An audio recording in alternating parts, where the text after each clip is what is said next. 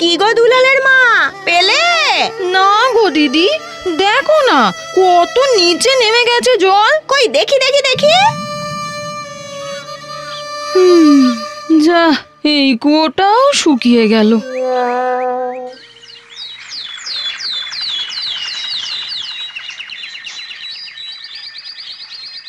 কি গো, ছেলেটার শ্বাসকষ্ট কমলো?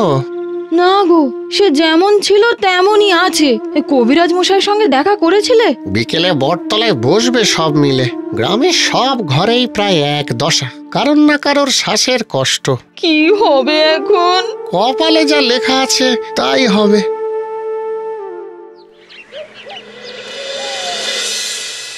কিছু একটা করুন কবিরাজ মশাই, ছেলেটার শ্বাসকষ্ট যে কমছে না কিছুতেই। হ্যাঁ কবিরাজ মশাই, আমিও শরীরে জোর পাই না আগের মতো। একটু হাঁটাহাঁটিতেই হাঁপিয়ে পড়ি আজকাল। দেখতেই তো পাচ্ছ সব। এবার কি করা যায় বলো তো? আমার হাতে যতটা ছিল আমি তো ততটাই করেছি, কিন্তু তাতে যদি কাজ না দেয় তাহলে অন্য পথ দেখতে হবে। আপনি আপনি আমাদের শেষ ভরসা কবিরাজ মশাই। কিছু একটা করো কবিরাজ, কিছু একটা করো।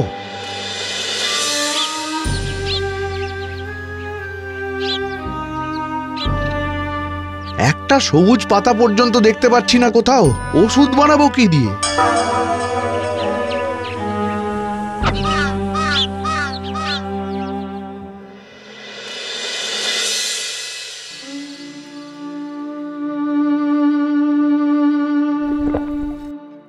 চিন্তা করো না দিনু, সব ঠিক হয়ে যাবে।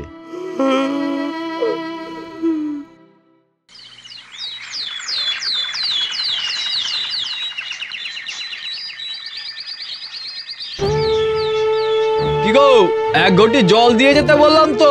ও, জল জল করে চিৎকার করো না অত। এই এক কলসি জল আনতে গিয়ে না রোজ জান কয়লা হয়ে যাচ্ছে আমার। যা দিনকাল পড়লো, জলও এখন হিসেব করে খেতে হয়। তোমায় যে গাছের কথা বলেছিলাম তার খোঁজ পেলে কিছু? না গো, এই 5 পুরুষ ধরে গাছগাছালি নিয়েই কারবার। কিন্তু তুমি যে গাছের কথা বলছো সে গাছ তো কখনো চোখে দেখিনি। একমাত্র ওই গাছের শিকড়েই এই সব রোগের উপশম লুকিয়ে আছে। হ্যাঁ, নিজের চোখে না দেখলেও বাবার কাছে একবার গল্প শুনেছিলাম বটে সেই গাছে। তাই? কোথায় আছে সেই গাছ? ওই মহুলপুরে পশ্চিমের দিকে কোথাও একটা হবে। কাল সকালেই বেরিয়ে পড়বো তাহলে, দেখি কি হয়। সাবধানে যেও কবিরাজ, বাবার কাছে শুনেছি সেই গাছ নাকি অতি ভয়ঙ্কর গাছ, কেউ তার ধারে কাছে যায় না। কেন, কি আছে সেই গাছে? তা তো ঠিক জানি না, এখন দেখো গিয়ে। তবে যাই করো সাবধানে করো। হ্যাঁ হ্যাঁ, সেসব নিয়ে চিন্তা করো না তুমি।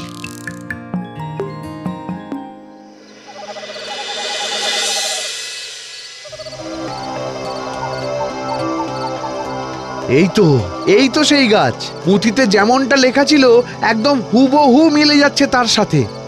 আর মাত্র কটা দিন, সব যদি ঠিক মতো মিটে যায় তাহলে এই ওষুধেই সেরে যাবে সকলের শ্বাসকষ্ট।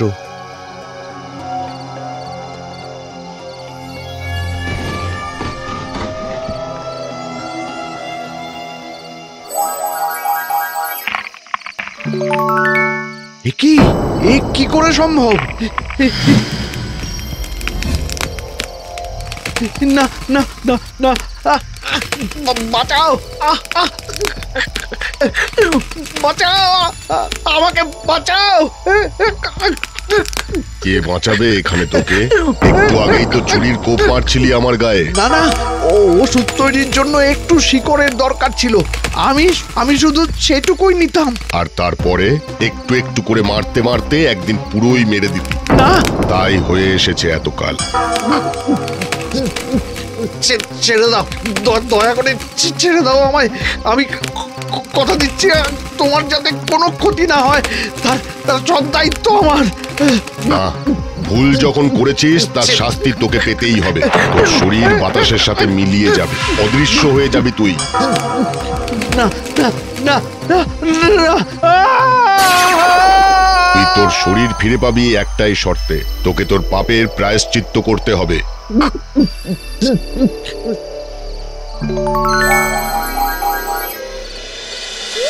মা, মা, না মা, বাবা সতীশ কাকাদের বাড়িতেও যায়নি আজ। সেই কোন সকালে বেরিয়েছে, কি যে করে না লোকটা। তুই বরং খেয়ে নে মা, অনেক রাত হলো যে। মিনুমা, কোথায় বাবা? ও বাবা, কোথায় তুমি? এই যে মা, এই যে আমি। কে কে কথা বলছো? কোথায় বাবা? ও বাবা, কোথায় তুমি? মিনু, মিনু, এটা মনে হচ্ছে নিশির ডাক রে, নিশির ডাক। না কনক না, তুমি ভুল বুঝছো আমায়। ওগো, কে কোথায় আছো গো? শিগগির এসো এখানে, নিশি ঢুকেছে গো আমার ঘরে, নিশি ঢুকেছে। দোহাই তোমার, একটিবার আমার কথাটা শোনো আগে, তারপর না হয়। এই, যা যা বলছি এখান থেকে, যা, নইলে কিন্তু ঝাঁটা দিয়ে না ছেটিয়ে বিদায় করবো তোকে। যা যা বলছি, যা যা। কনক, না না না, এইভাবে হবে না, এইভাবে হবে না।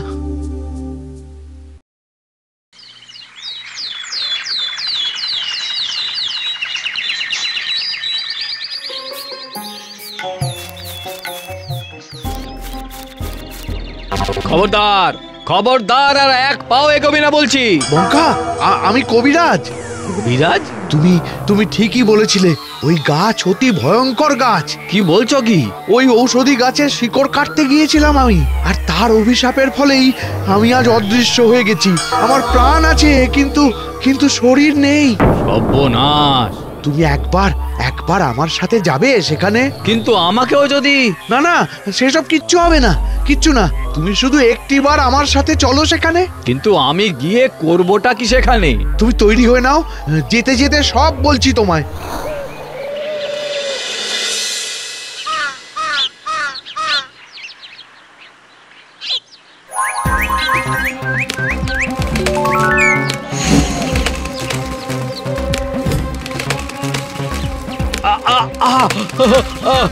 ছেড়ে দাও, আরে ছেড়ে দাও আমায়, দয়া করে আমায় ছেড়ে দাও। তোমায় আমি বিশ্বাস করেছিলাম কবিরাজ, আর তুমি...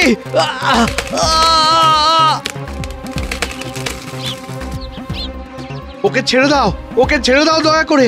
আমরা তো তোমার শর্ত পূরণ করতেই এসেছি এখানে। আমার শর্ত? হ্যাঁ, আমি সেই কবিরাজ যাকে তুমি অদৃশ্য করে দিয়েছিলে। ও তুই? কিন্তু এটাকে? ও আমার বন্ধু বঙ্কামালী।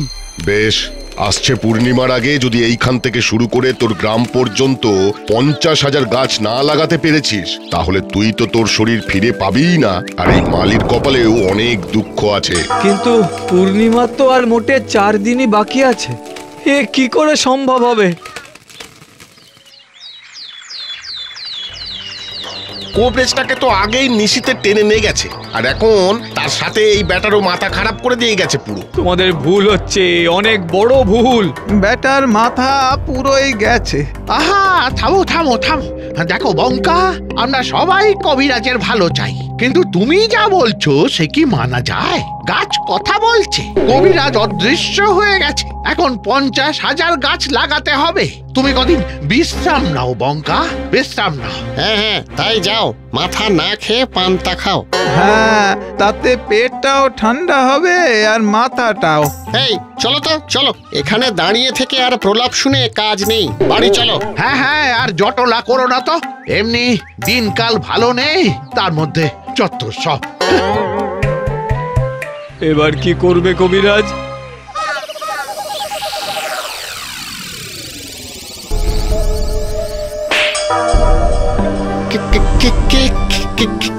আমি কুমুদ কবিরাজ।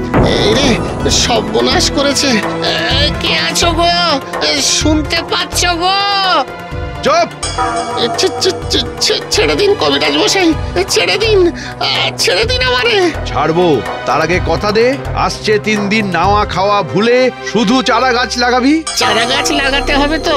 হ্যাঁ, না হলে ঘাটটি মোটকে মোরব্বা করে দেব। এই না, আমি কথা দিচ্ছি, আপনি যেমন বলছেন তেমনই হবে। আমি কথা দিচ্ছি আপনাকে। মনে থাকে যেন।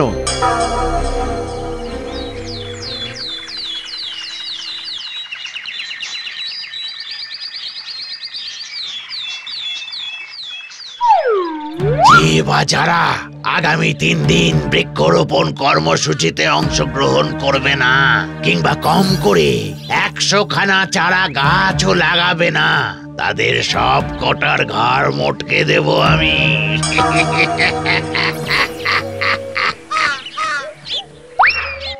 উফ, কবরেজের জবাব নেই।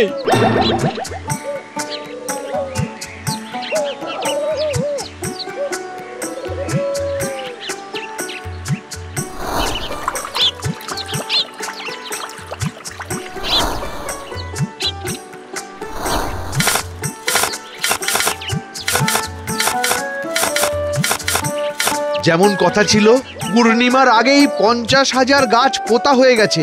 এবার আমার দেহ ফিরিয়ে দাও।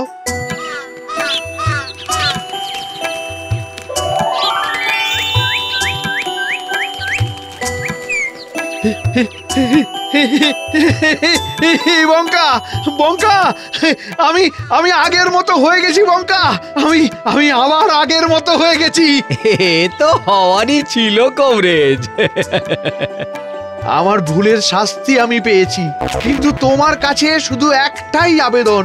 গ্রামের প্রতিটা মানুষ এই কদিন অক্লান্ত পরিশ্রম করেছে।